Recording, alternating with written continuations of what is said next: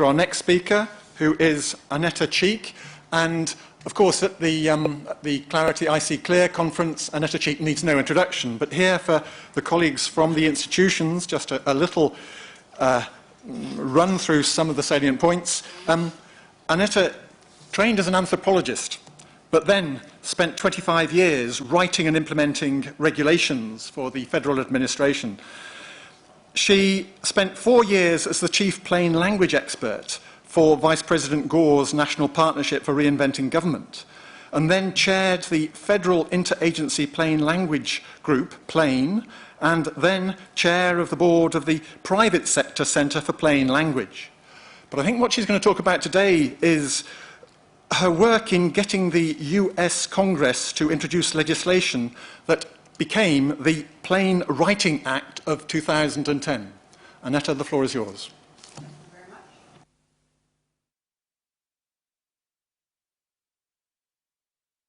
much. It's a pleasure to be here. I was here once before in a much smaller room with a much smaller crowd. Paul, is that a good sign? Okay, good. Hearing some good things here, hopefully. They're being translated into actual achievement and improved clarity. I'm always a little suspicious of federal and international governments. Don't know why. Okay, so why do governments write things? Governments write things because they're telling people what to do. That's basically what governments are about: how to comply with requirements, how to get benefits, how to pay taxes, get permits, and do various other things that governments want people to attend to. How do governments write? Well, we know how they write. They write poorly. That's a kind way of putting it. They're wordy, they're complex, it's loaded with jargon. They produce things that look like this. These are the instructions for filling out that form, and actually there's 3 more pages. This is a form for veterans to get some benefits. Obviously, I'm using U.S. forms, but I'm sure you've seen many government documents that look sort of like this, or worse. So I was part of a group in the U.S. federal government that was tired of having my agency be such a terrible communicator. And there were a bunch of us that in the mid-90s got together and started meeting to talk about what we could do about this. And we worked on it for 8 years or so, and we're pretty frustrated. We made, this much progress. I'm sure some of you are familiar with that. And we were sort of getting tired of not getting very far. So we created a private sector arm, the Center for Plain Language, which is a nonprofit. And of course, nonprofits don't lobby. We don't lobby, but we sure educate Congress a lot. So we went up and started educating Congress, and it looks very simple, but after 6 years of effort, we got the Plain Writing Act of 2010 passed. And as you see here, the purpose of the act is to improve the efficiency and effectiveness of the government by communicating clearly in a way that the public can understand. And we have a definition of what's covered. Essentially, it's anything that goes to the public to explain how to get a benefit, how to comply with the requirement, or talks about programs that are benefit programs. And it also has, of course, covers anything having to do with taxes, because the government certainly wants that part to be clear. And it does not include regulations. We ran into a little political difficulty with regulations. So here's what the Act says about plain language. You'll see some sort of similar words that you're used to seeing. Clear, concise, well organized, and follows other best practices appropriate to the field and the intended audience. There's a little wiggle room in there for agencies because, of course, they are always saying, well, our audience is special. We have special needs for our special audience. But that was fine by us because we believe that writing should be for the intended audience, not for the entire universe. Now, once you have an act, how are you going to make it into a reality? And I know some people out there do have acts, and I've heard a number of complaints about, well, we have an act, but nothing's ever happened. Big problem, of course. There are no enforcement mechanisms in this act. If we had tried to get an enforcement mechanism written into the act, we would not have gotten anywhere. We would not have gotten an act. That was just not a starter. We could not possibly have gotten the Congress to create an act that had enforcement mechanisms, because that would have implied a bureaucracy that was going to do the enforcing, that was going to cost money, and there was nobody that wanted to do it anyway. Nobody said, well, in fact, the main agency that might have done it said, we don't have the expertise to determine whether a document's clear or not. So that was just not something that we could possibly achieve. The Act says these two things that, unfortunately, the Act uses the word shall, because I couldn't get around the legislative drafters. No judicial review, no right or benefit for any kind of judicial action. So, no police power. So, we got the Act passed in 2010, and a couple of years later, we conceived of the idea of a government report card. And this was from the center. We decided to issue a report card on how well agencies are complying with the requirements of the Act. Here is the report card. The first one we did was 2012. We didn't look at actual written products. The requirement to actually write in plain language didn't take effect until 2011. So we didn't think that at that point it was fair to start evaluating them on their written products, besides which, nobody at the center makes any money. This is a big job to do this kind of analysis. But we did evaluate two different kinds of elements. The first column, the first set, were the basic requirements that were written directly into the Act. You have to have a web page that talks about your program.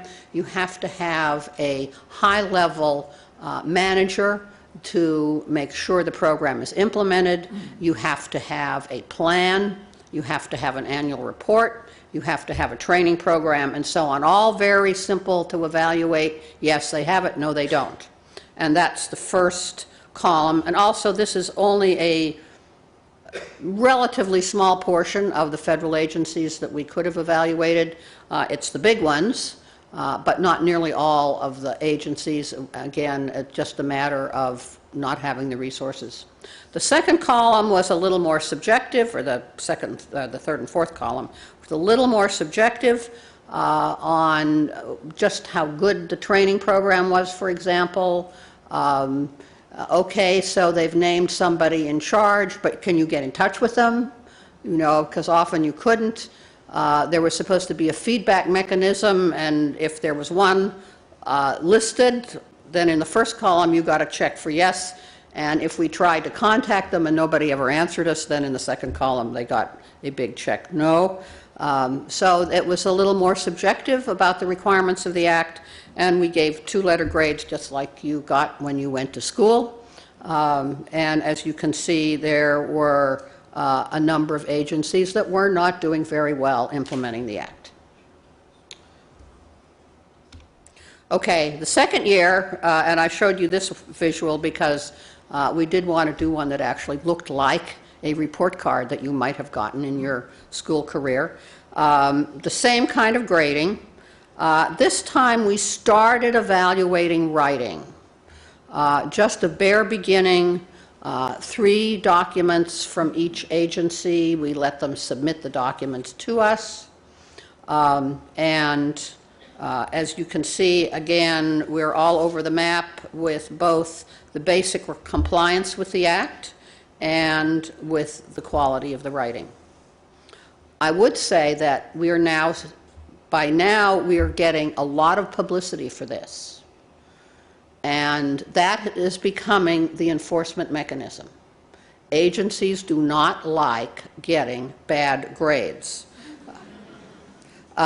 You noticed before the Veterans Administration, which actually had some pockets of high achievement in writing clearly, nevertheless were getting Fs in implementing the act, because while some staff were on board, management was not. Now, I know that never happens here, right? Management is always on board. I heard a question. You know how many times I've heard the question, okay, the staff has done a decent job of writing in plain language, and then it goes to the manager, and the manager puts all that other crap back. I've heard that hundreds of times. So that was what was going on at the Veterans Administration, but we did hear from our spies internal to the organization that the word came down from the secretary, I don't want another F. Next year, we better not get an F. So the next year, they made it up to a C and a D. A big improvement. Not there yet, but a big improvement. So the power of the press, really, was giving us the enforcement mechanism that we could not possibly get written into the Act. Now, this year, the results are not out yet. We're just in the final phases of analysis. But a huge improvement. About half of the agencies got A's for compliance. Most agencies went up 1 or 2 grades, and the lowest grade was a C. No F's.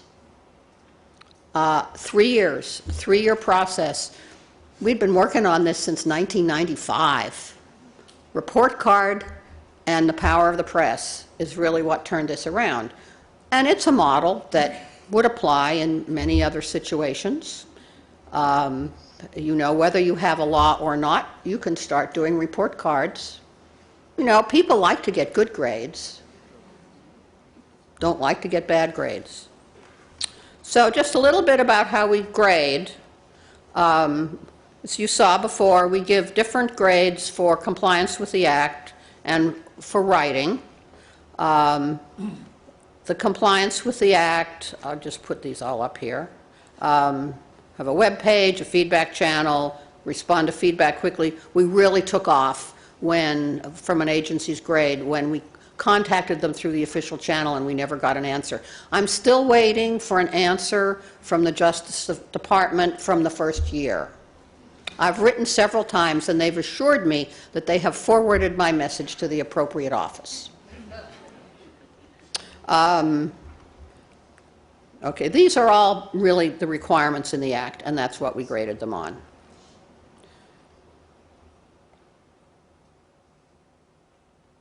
Okay, now writing, we graded them on effective use of plain language principles, such as limiting passive and hidden verbs, or nominalizations, or, as someone called them yesterday, zombie nouns, and we have all sorts of names for those.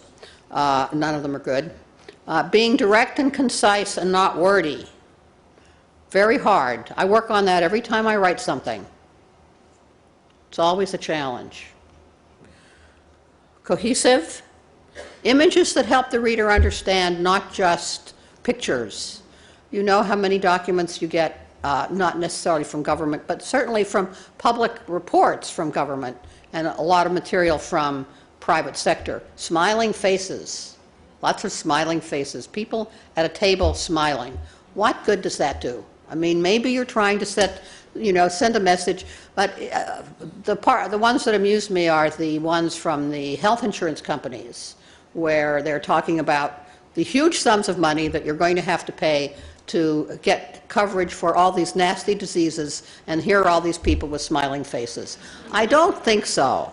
I really don't think so. I think, that's almost, I would just leave them out. Just leave them out. Typography is often a challenge for bureaucracies because you have these formats. You have to live with the format. Often the format includes 10-point font, very crowded, no margins, no indents, something that's a struggle and will be years in the solving. We did use automated tools because it's just too big of a job. We use different automated tools. Microsoft Word has some stuff in it. I use something called StyleWriter. Probably a lot of people in here use StyleWriter. Something called Cometrics to evaluate basic writing characteristics. And then we would, of course, the design elements, we would have volunteers evaluating design and appearance and structure. So where are we now? I can't say that everything the federal government writes is in plain language. It just isn't. There are too many barriers to that. There's still a lot of opposition. There's still a lot of people who feel that when you write plainly, it's not sort of, the word that one person used was magisterial.